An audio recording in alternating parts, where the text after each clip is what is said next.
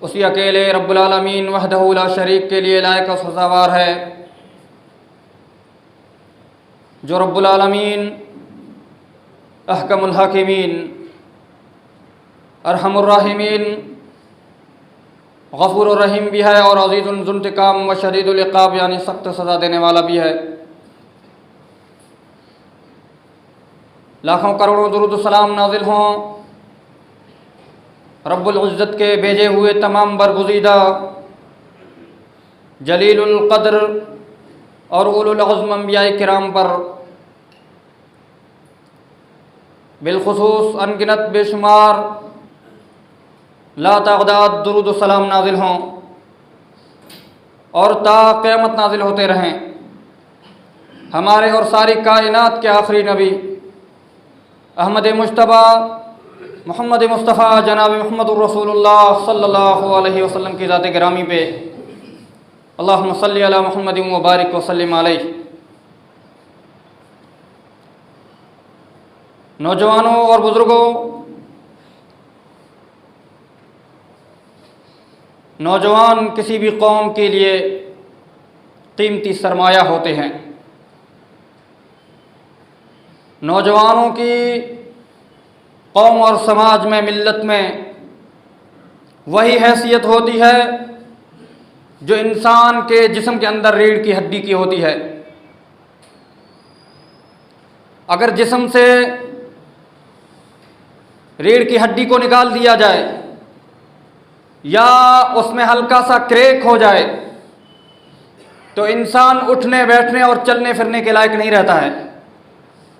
انسان کے جسم کے سارے اعضاء صحیح سلامت ہوں، ہاتھ پاؤں، آنکھ کان ناک زبان دماغ عقل طاقت قوت سب کچھ سلامت ہو، صرف ایک ریڑھ کی ہڈی اگر کمزور ہو جائے، ہلکا سا اس میں کریک آ جائے، انسان تلملا اٹھتا ہے، انسان کا جسم کسی کام کے لائق نہیں رہ جاتا ہے، انسان بستر پر پڑا رہ جاتا ہے۔ انسان کی حرکت نشاط اور ساری پھرتی ختم ہو جاتی ہے۔ بالکل ہو بہو بعین ہی وہی مثال نوجوانوں کی ہے، قوم کے لیے، سماج کے لیے، ملت کے لیے اور امت اسلامیہ کے لیے، بلکہ ہر امت کے لیے۔ قوموں کے اندر جہاں بھی انقلاب آیا نوجوانوں کی بدولت آیا۔ نوجوانوں کے اندر یہ طاقت، یہ قوت، یہ صلاحیت ہوتی ہے کہ وہ وقت کا دھارا موڑ سکتے ہیں، تاریخ کو بدل سکتے ہیں، طوفانوں کا رخ موڑ سکتے ہیں، بڑے سے بڑے فتنوں کا مقابلہ کر سکتے ہیں۔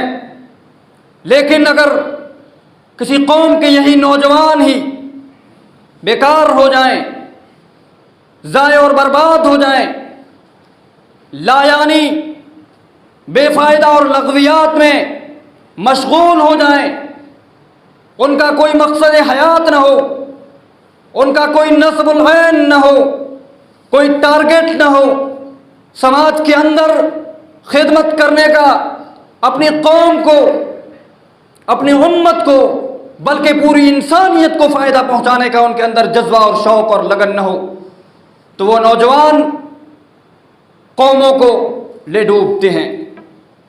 اور تاریخ اس بات پر شاہد ہے کہ قوموں کی تاریخ نوجوانوں کے گرم خون سے لکھی جاتی ہے۔ آج سے آپ صلی اللہ علیہ وسلم سے بھی کئی ہزار سال پہلے چند نوجوان گزرے تھے، وہ نوجوان جنہوں نے اپنا مقصد حیات، اپنی زندگی کے مقصد کو پہچانا، اس کو جانا اور سمجھا اور اس کو پورا کرنے کے لیے اٹھ کھڑے ہو گئے۔ رب العالمین نے اپنے کلام پاک میں سنہرے الفاظ میں ان کا تذکرہ کیا، فرمایا وَنَحْنُ نَقُصُّ عَلَيْكَ نَبَأَهُم بِالْحَقِّ إِنَّهُمْ فِتْيَةٌ آمَنُوا بِرَبِّهِمْ وَزِدْنَاهُمْ هُدًى۔ ہم آپ کے پاس ایک ایسا قصہ بیان کر رہے ہیں جو انتہائی بہترین اور دلچسپ قصہ ہے۔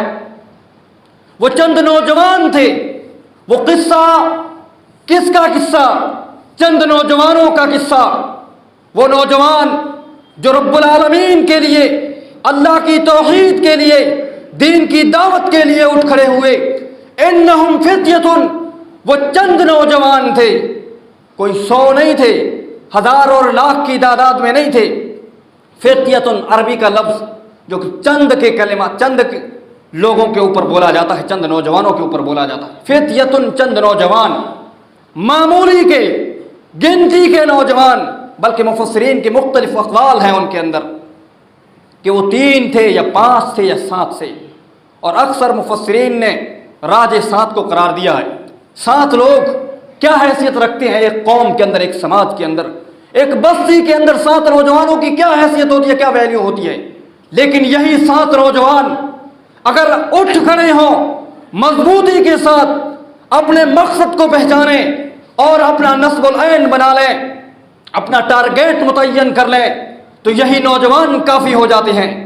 رب العالمین نے سنہرے الفاظ میں ان کا تذکرہ فرمایا. انہم فتیتن، وہ چند نوجوان تھے، آمنوا بربہم، جو اپنے رب پر ایمان لائے، وزدناہم ہدا، اور ہم نے ان کی ہدایت میں اضافہ کر دیا، بڑھوتری کر دی. بلکہ اللہ رب العالمین نے اگلی آیت میں فرمایا کہ ہم نے ان کے دلوں کے اندر مضبوطی کو قائم کر دیا، ان کے دلوں کو جوڑ دیا جب وہ اللہ کی توحید کے لیے، دین کی دعوت کے لیے اٹھ کھڑے ہوئے. تو نوجوانوں کو چاہیے کہ وہ وقت کا مقابلہ کریں. وہ چند نوجوان حاکم وقت کے سامنے کھڑے ہو گئے، ان کو آزمایا گیا. بالآخر وہ ایک غار میں، ایک پہاڑ کی غار کے اندر پناہ لینے کے لیے مجبور ہو گئے، اور رب العالمین نے ان کا تذکرہ کیا. اور اسی کے نام سے ایک سورت ہے قرآن میں، سورہ کہف. اس سورہ کہف کی ابتدا ان نوجوانوں کے قصے سے ہوتی ہے. تو میرے بھائیوں، یہ نوجوان ہی ہیں جو قوموں کی تاریخ بدلتے ہیں، جو ہر فتنے کا، ہر مصیبت کا مقابلہ کرنے کی طاقت اور قوت اور سخت رکھتے ہیں. اگر اسلام کے ابتدائی دور کو دیکھیں، چاہے وہ مکہ کے اندر ہو یا مدینہ کے اندر، دونوں حالتوں میں آپ کو نوجوانوں کی تاریخ سب سے پہلے اور مقدم ملے گی. حضرت بلال حبشی رضی اللہ تعالیٰ عنہ کو کون نہیں جانتا ہے؟ وہ ایک نوجوان تھے، انہوں نے دین کی خاطر کتنی قربانی دی، اپنے جان کی، مال کی، سب کچھ قربانی دی. ان کو ستایا گیا، مارا گیا، پیٹا گیا، تکلیفیں دی گئیں، اذیتیں دی گئیں. وہ مکہ کی سخت گرمی، ان کو ننگے بدن مکہ کے پہاڑوں پر، ریگستانوں کے اوپر لٹا دیا جاتا تھا. اسی پر بس نہیں کر دیا جاتا تھا، بلکہ ان کے سینے کے اوپر بھاری پتھر اور چٹان رکھ دیے جاتے تھے. حضرت خباب ابن ارت رضی اللہ تعالیٰ عنہ کو جلتے کوئلوں پر لٹایا گیا. حضرت عمار ابن یاسر رضی اللہ تعالیٰ عنہ نوجوان تھے، ان کو، ان کی والدہ کو اور ان کے والد کو بہت ستایا گیا، تکلیفیں دی گئی، یہاں تک کہ ان کی والدہ جام شہادت نوش کر گئی.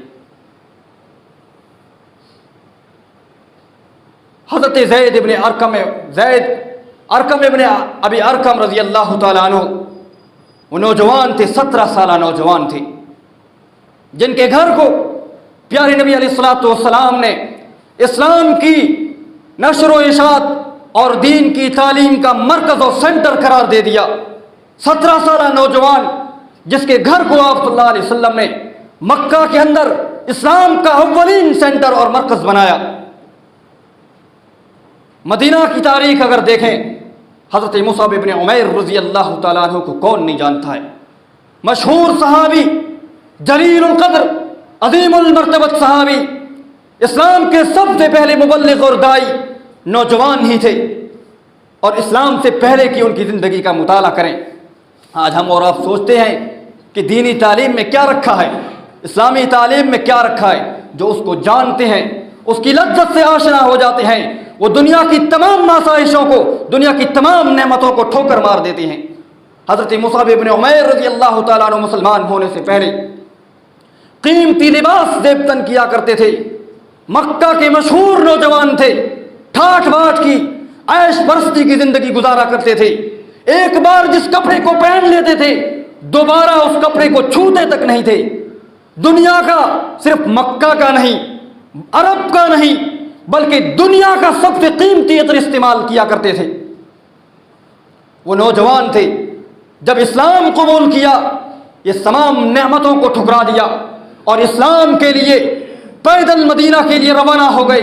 اور مدینہ کے اندر اسلام کے ایک مرکز کو قائم کیا اور دعوت دین کا کام کیا، اور وہیں مسلمانوں کے ذریعے مسلمانوں کو دین کی تعلیم دی، اور وہیں سے اسلام پھیلا، اسلام کو اللہ رب العالمین نے مضبوطی عطا کی۔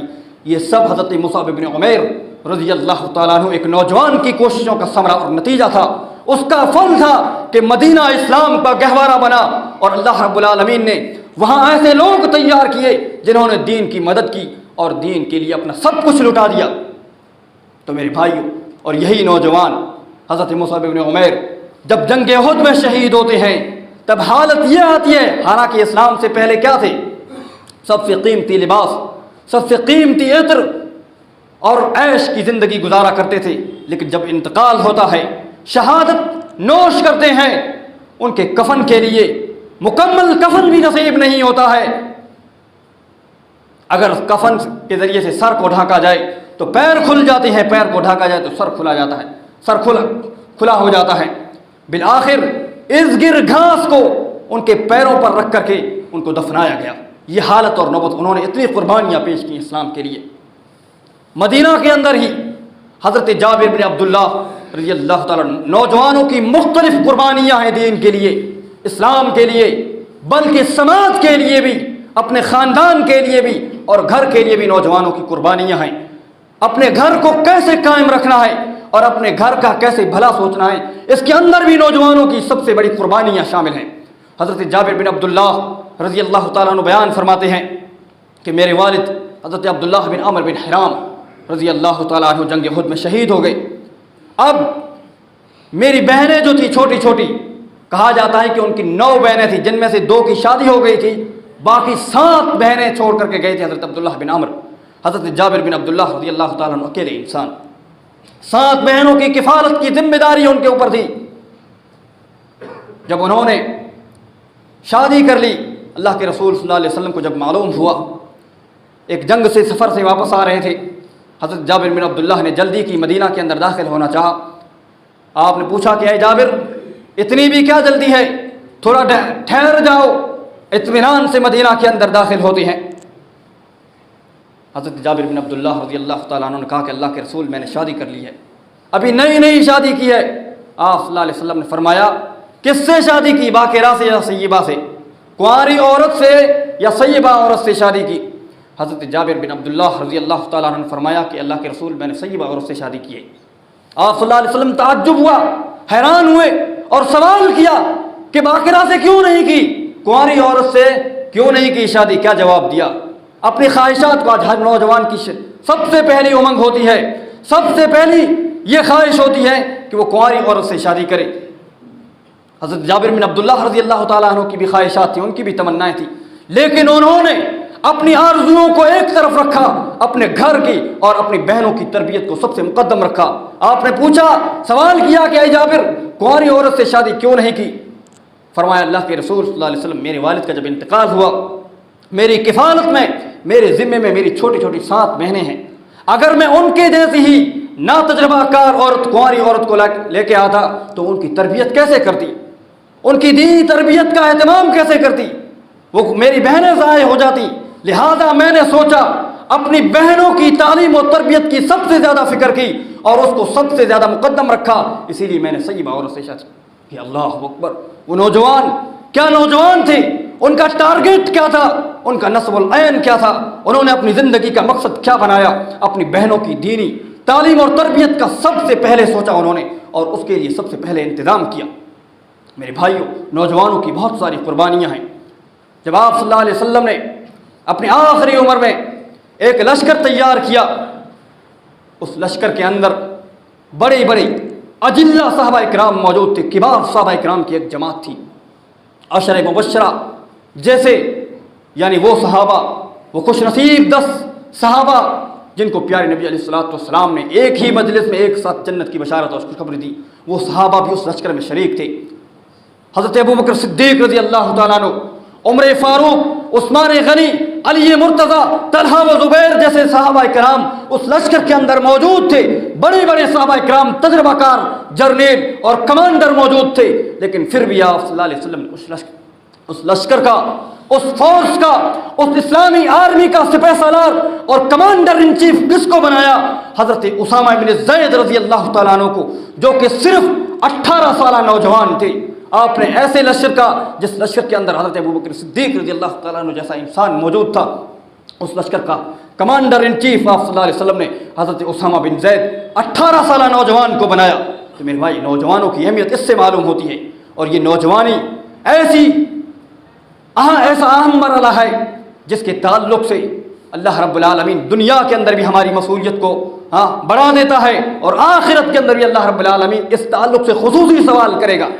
اور جو شخص اس کی جوانی کی قدر کو اور اس کی اہمیت کو پہچانتا ہے، اس کا حق ادا کرتا ہے، رب العالمین نے اس کے لیے انعامات اور اکرامات بھی تیار کر رکھے ہیں کہ اللہ رب العالمین ان کو ان 7 خوش نصیبوں میں شمار کرے گا جن کو اللہ رب العالمین اپنے عرش کا سایہ نصیب کرے گا، جس دن اللہ رب العالمین کے عرش کے سائے کے علاوہ کوئی سایہ نہیں ہوگا۔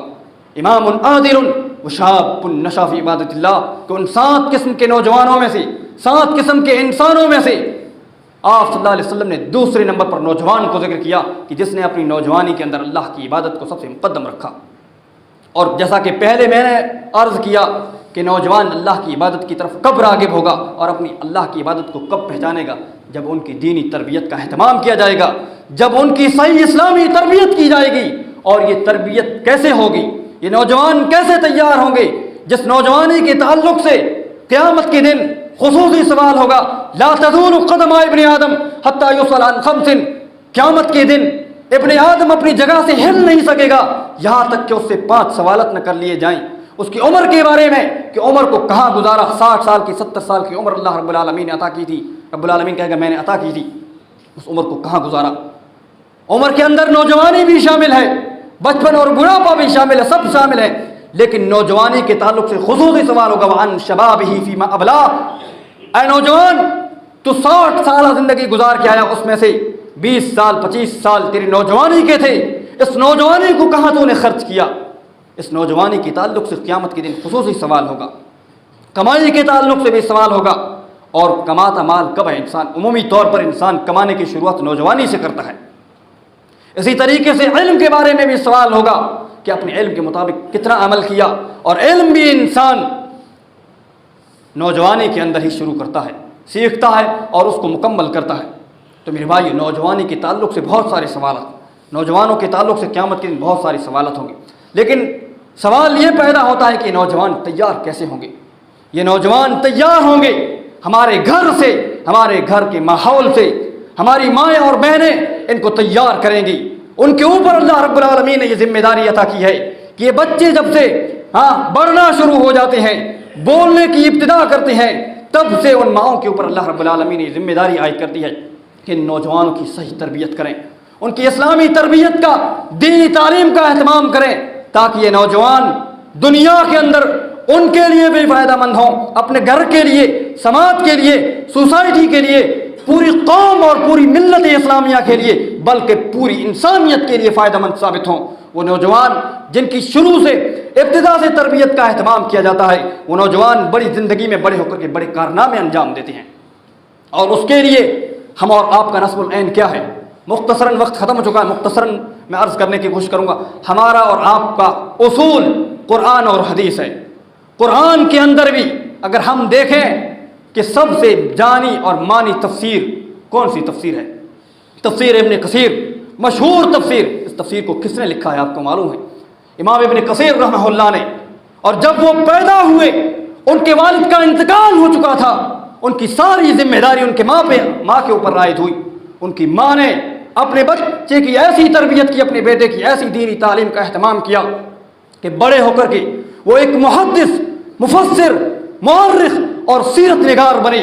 کائنات میں ہم اور آپ کے نزدیک سب سے مانی جانی تفسیر قرآن کی اگر کوئی ہے تو وہ تفسیر ابن کثیر ہے۔ انہوں نے اتنا نام پیدا کیا کہ سب سے مشہور تفسیر لکھ ڈالی، بلکہ تاریخ میں بھی انہوں نے بہت سارا کام کیا، حدیث کے اندر بھی بہت سارا کام کیا، اور تاریخ کے اندر ان کی مشہور کتاب البدایہ والنہایہ، جو کہ آج بھی سب سے معتبر کتاب مانی جاتی ہے تاریخ کے اندر، کہ اس کے اندر انہوں نے دنیا کی ابتدا سے لے کر کے اللہ رب العالمین نے آسمان و زمین کو پیدا کیا، کائنات کو پیدا کیا، پھر حضرت آدم علیہ السلام کو بنایا، وہاں سے لے کر کے تمام نبیوں کے واقعات، آپ صلی اللہ علیہ وسلم کی مکمل سیرت، پوری امت اسلامیہ کی مکمل سیرت کو شامل کیا، اپنے وقت تک کی، اپنے حالات زندگی اور ان کے زمانے تک کی تمام سیرت کو لکھ ڈالا، دنیا کی ایجاد سے لے کر کے اپنے وقت کی تاریخ کو لکھا، اور یہیں پر بس نہیں کیا بلکہ قیامت کے حالات، واقعات، آنے والے فتنے